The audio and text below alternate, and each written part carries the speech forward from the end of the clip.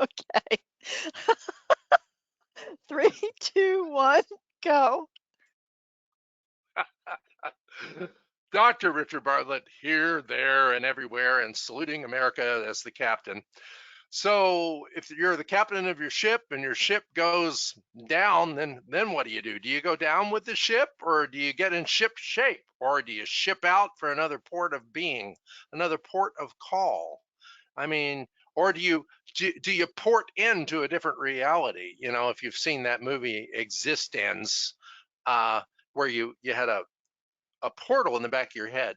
I just watched Johnny Mnemonic last night because I was on Pluto TV, which is free, by the way, free app. And Johnny Mnemonic with Keanu Reeves, which I have not seen in ages, was on. And literally, he has a little port that he carries data in a post-apocalyptic, post-woke society, post-World Economic Forum society, and everything's just turned to shit. And yes, so we will use that word for it. Why not? So he gets this download into his head, and he has a capacity of 160 gigabytes, which is quite a lot. But the download that he gets turns out it's actually a cure for a neurological disease, which is a postmodern society disease neurologically. It's 320 gigabytes. So it's basically going to kill him. And so one wonders, about what we put inside of our quote head, even though it's really not, our head is not the issue. And our heart is an empty space that holds nothing except for the awareness of itself.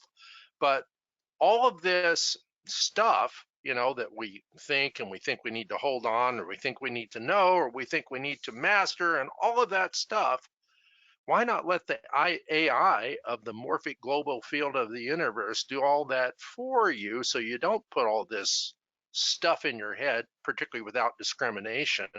You don't know the difference between awake and woke, which they're night and day, literally. Um, Let it go. I was watching an episode of Elementary with the brilliant portrayal of Sherlock Holmes as a recovering addict in New York. And it's a great show.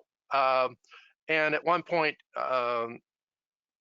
Watson, who is played by, I can't remember her name right now, but a Chinese female, wonderful, wonderful portrayal, uh, makes fun of him because he doesn't even know about astronomy and the planets. He goes, well, that's useless information. My head gets full. There's only so much. And he takes a cup and he starts pouring water into it, or he borrows someone's juice actually off a restaurant table outside and starts pouring the juice and keeps pouring it and it overflows. And he goes, it doesn't. And she says, it doesn't work that way. And she goes, how do you know? Well, how do you know the way anything works? Just let go and let it be fun and let it be exciting and be Captain America or Spider-Man.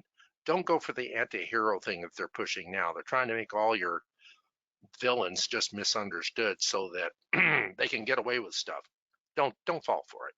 I'll see you next week.